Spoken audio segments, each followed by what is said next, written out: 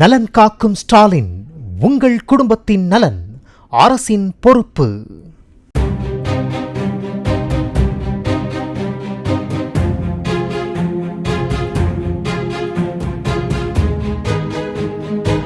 சென்னை திருவல்லிக்கேணியில் தனக்கும் தனது காதலிக்கும் பிறந்த ஒரு நாளே ஆன பச்சிளம் குழந்தையை கட்டைப்பையில் வைத்துக் கொண்டு சாலையில் கிடந்ததாக கூறி ஓமந்தூரார் மருத்துவமனையில் ஒப்படைக்க வந்த 21 வயதான இளைஞரிடம் போலீசார் விசாரணை மேற்கொண்டனர்.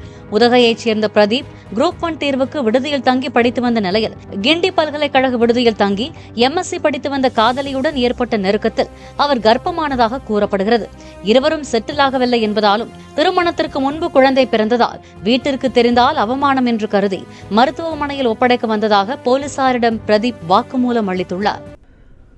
நலன் காக்கும் ஸ்டாலின், உங்கள் குடும்பத்தின் நலன் அரசின் பொறுப்பு.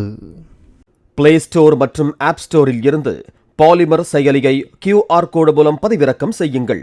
செய்திகளை உடனுக்குடன் பெறுங்கள்.